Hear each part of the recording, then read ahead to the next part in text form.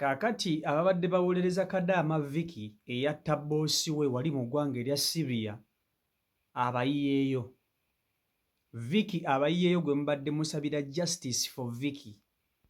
Mu bigambo bye kennyini nnyini Vicky azzeemu n'akonfeesinga nti ddala kituufu nze natta bboosi wange. Babadde bamubuuza naye sooka otubuulire kiki ekyo ekyakubagula okutta bboosi wo wasinziira ku nsonga ze kyezo ezaakoletera okutta mukama wo. Vicky agambye bw'ati, agambye nti bboosi wange yaŋŋamba nti ampadde obutwa era obutwa obwo mbuliridde mu byokulya bye bampadde. Bwe yaŋŋamba ekigambo ekyo namugamba nti lwaki tonziza ku woofiisi? Nze mpulira nga njagala ŋŋende ku woofiisi. Mukama we yagaana okumuzza ku woofiisi. Vicky n'agamba nedda, sigenda kufa nzekka. Ku ssaawa 9 ez'ekiro Vicky yazuukuka n'ajja mu kisenge bboosi we mwe yali asula, n'agenda mu kiyungu n'aggyayo akabaawo akakanda capati, n'ajja n'akawuttula bboosi we ku mutwe n'agubetenta, n'afuba okulaba nga amukubye bulungi omuntu agubebe ense gwonna gwonna amusse, n'alyoka afuluma ekisenge. Bwe yafuluma ekisenge n'anoonya eddagala eryali okumpimpi alimire yeyire n'amafuta yeeyokye yette aggiire mu nnyumba, kubanga mu nnyumba mwalimu abantu baali 3, kwaliko Vicky ne mutabani we omugenzi omulala omuto, abalala baali bagenze. Bwe yamira ebiddagala bino eno bi overdose n'alaba nga tafa, yayagala okufuluma ebweru adduke agende. Neighbor kwe kumulaba, neighbor n'amugamba, nnyabo oli bulungi? Ko Vicky ndi bulungi, naye nga nkulaba nga apanikinga, kiki buzibu ki? Kankuyitire wano eno omwana amanyi oluzungu ayogere naawe, osanga bayinza okukuyamba. Ne bayita omulenzi yali amanyi oluzungu. Vicky n'amugamba amugudu. Ne bamubuuza Vicky, kati lwaki nsonga ki endala ezaakwetera okutta mukama wo? N'agamba ekirala, boosi wange oyo mumulaba yali tampa mmere, nga tampa mmere ng'asobola okumala ennaku 3 nga sirya ewaka wano, nga tampa mmere. Mwali mundaba ntambula naye, ŋŋenda naye wano, ŋŋenda naye wali, naye yali tampa mmere. Ekyokubiri yali antulugunya nga nkuba kwegamba nange mubaddeko n'obusungu ng'omuntu. Ekyokusatu yali tayagala kusindika ssente zange Uganda, nga bwe mba nkoze omwezi gwange nga tayagala na kunsasula. Agenza okufa nga mubanja emyezi 4, nga namugamba akwate ssente zange azisindike e Uganda nga yagaana. Kwegamba Vicky abadde n'obusungu ku mukama we. Omusango gwamusse mu vvi era essaawa zino alindirira gwa Kalabba agenda kuttibwa.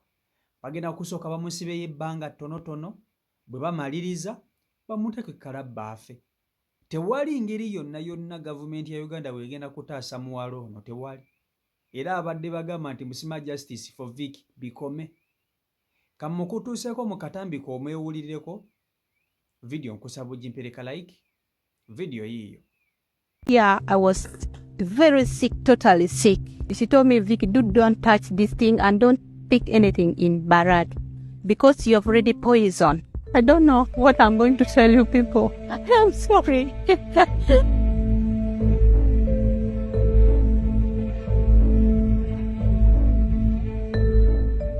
بتاريخ 29 من الشهر الفائت حدثت جريمة قتل في مدينة دمشق. على الفور تم الإعاز لهيئة الكشف الطبي والقضائي، وتبين أن المغدورة هدى الشعراوي تم قتلها في منزلها بواسطة أداة صلبي بضربها على رأسها عدة ضربات.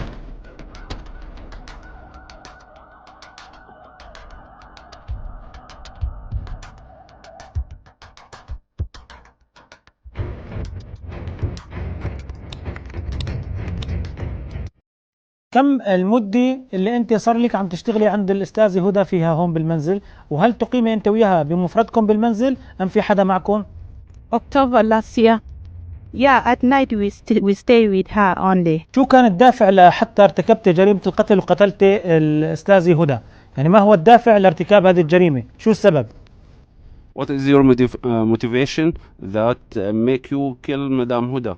Because she told me that, Vicky, don't pick anything in Barat, you have already poisoned. She was sitting there. That is where I'm sitting. اسألنا إياها كيف دخلت عليها وقتلتها؟ That night, by the time I did this, we remained only two, because the son was staying here at around midnight. Coming to midnight, he went back. And by the time when Mama told me that you have already poisoned, I think that we are going to die together because you have already poisoned me.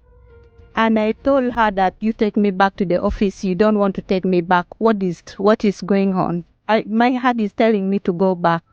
So by the time he told me, I said, okay, you poison me. I'm crying that I'm suffered malaria. Kumbe, not malaria. You have already poisoned me. Today we are going to finish. So at around 3 at night, I went and picked this thing to the kitchen. And I did this thing. After that, I went and swallowed medicine. I picked marame, I pour fuel. I want to kill myself here. I waited for die. Murphy died. I went behind there. I jumped. I want to kill myself, Murphy. And there's a road. There's a door, small door I passed. I just followed this road, going far to look for where I can kill myself. So I went up there where there's war. I want to hide myself there, waiting for my to death. So there's a lady who stopped me that you look stranded. Can I help you? I said, you help me. I'm sick. I'm looking for government hospital. He said, let me call you the boy. The boy knows English. The boy came and started asking me that, what is wrong? I said, my madam chased me away. She gave me this thing. I tried to lie him. So she told me that I'm going to take you to the hospital, but I'll call police. Immediately, she refused to take me to the hospital. He called police. Then police come and catch me from the other side. في حدا دفعك أو حرضك على ارتكاب هذه الجريمة؟ No. I'm telling the truth. I don't want to lie. Okay. If I die, I die when I'm telling you the truth that I'm the one who killed her, because she told me that I'm already poisoned. And we have started a misunderstanding on November because I asked her that I need my money to send in Uganda. She has refused. She told me that you wait for 4 months, then after 4 months I'll give you the money if you're working well. So misunderstandings start like that. She start mistreating me, not giving me food. And I have also stick, it is there in her mom. She used to beat me. And I told the daughter of Mama Yuda that your mother cannot give me the food. She used to pack me food 3 days, 2 days. رح تمثلي الآن الجريمة، رح تنفذيها بهالمكان هذا.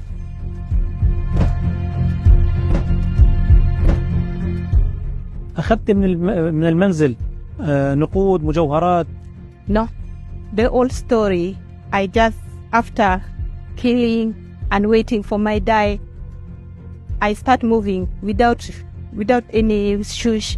I left the shoes inside. I move without shoes. These shoes they give me from the roadside when I was putting.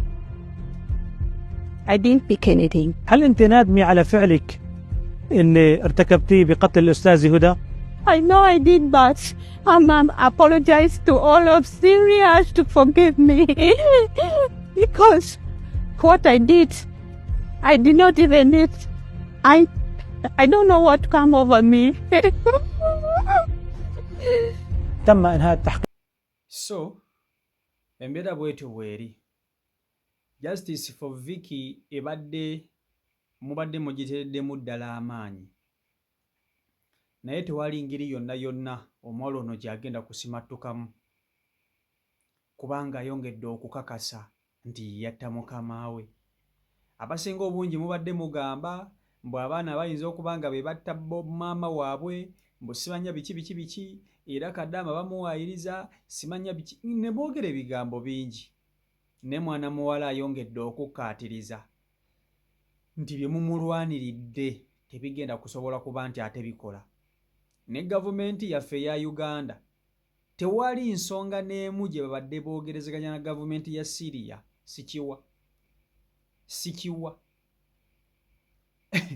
Sikiwa jjukira baabagamba nti bakadaama wano Kadaama tebamatalinga mu ggwanga muno, so ono bagenda kumutta, agenda kukalabba. Ekisookera ddala omuntu gwe yatta w'amaanyi yali mukazi mukulu mu ggwanga erya Syria nga y'omu ku bafirimu star ab'amaanyi mu ggwanga erya Syria. Akonfaaminze nti ye yamutta.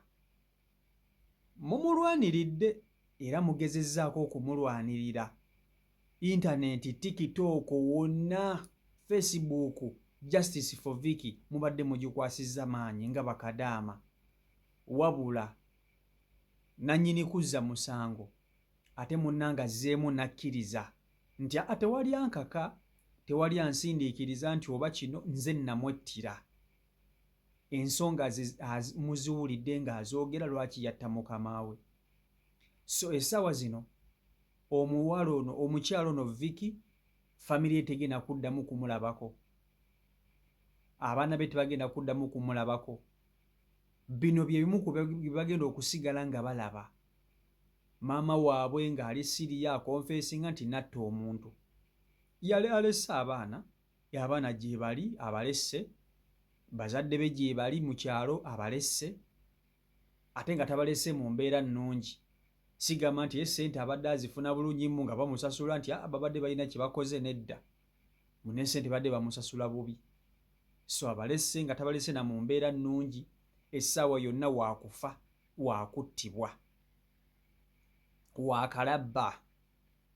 Waakalabba. Jjukira mu Syria eyo engeri gye tutalinayo embasi, omuntu yenna bw'akeera ku makya natta omuntu ate naddala nga toli munnansi, notta omunnansi, famire y'omunnansi yeekubaako n'obuvunaanyizibwa. Obulamu bwo be baba babusalirawo, kiki kye baba bagenda okukukolera.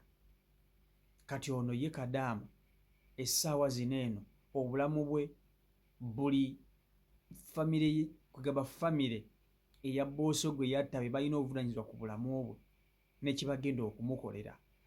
Automatically abaana ne baba bafiirwa maama waabwe nga Kadaama ye yamutta, era ne Kadaama alina okufiirwa obulamu bwe olw'okutta mama oba boosi we. So abadde babungeesa ebigambo, simanya Kadaama bamusalako omutwe, simanya biki. Eyo no information entuufu gy'olina okuwuliriza. Nabagamba waneena amawulire tulindako okugakuwa tetumala gasamwasamwa. Nze simala gasamwasamwa n'amawulire, nsooka ganoonyerezaako ne ngasengejja nga sinnaba kugabawa na kugabaleetera. Eggulire lino mujjukire nze yasooka okulibawa wano ku intaneti ya YouTube nga mmaze okulikonfaaminga, then eryoka lisaasaana. Kati era mbawa information nti Vicky gy'ali mulamu naye essaawa yonna agenda kuba mufu, era mumulindirire nga mufu. Simanyi oba be banaaba bamutadde kalabba banaatugamba, simanyi oba banaatugamba oba simanyi. Katulindirire ekiddako naye ng'omusango gwo azzeemu n'agukkiriza omulundi ogwokubiri nti yaguzza. Kati Justice for Vicky egenda kukoma awo. Ndowooza mugikomye kubanga tegenda kuyamba, tegenda kugasa. Omussi ayongedde okukkaatiriza, omuvunaanwa ayongedde okukkaatiriza nti ye mutemu. CEO Michael, Uganda YouTube channel kwoli, mwebale okuba nti ate mugoberera abeekumira ku mukutu. Mukama Katonda abankuumire, mubeere bulungi, mweraba.